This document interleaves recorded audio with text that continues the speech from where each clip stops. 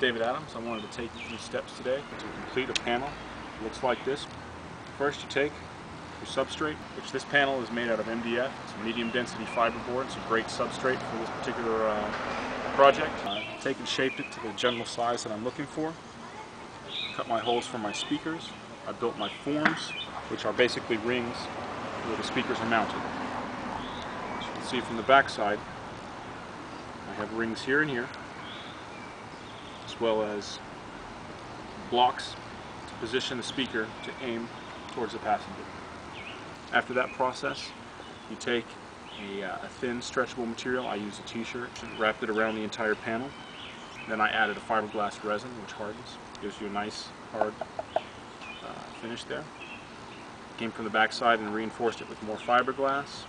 Then I began the process of sanding, shaping, doing the body work basically to get the finalized shape here, so that way everything is nice and smooth.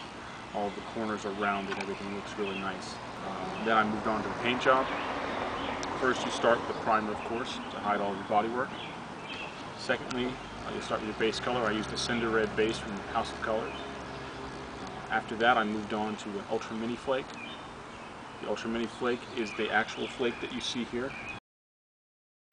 After that process you wet sand it smooth, because the flake kind of stands on end at times and gets a little bit coarse. And you can see that.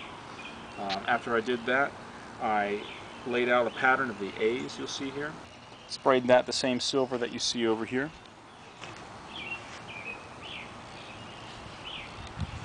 Once that silver was applied, I started my candy sessions. There are 3 sessions, each with 3 coats, for a total of 9 coats of candy. After each session of candy, you apply 2 coats of clear coat, which gives you a base to sand without altering the color of the panel.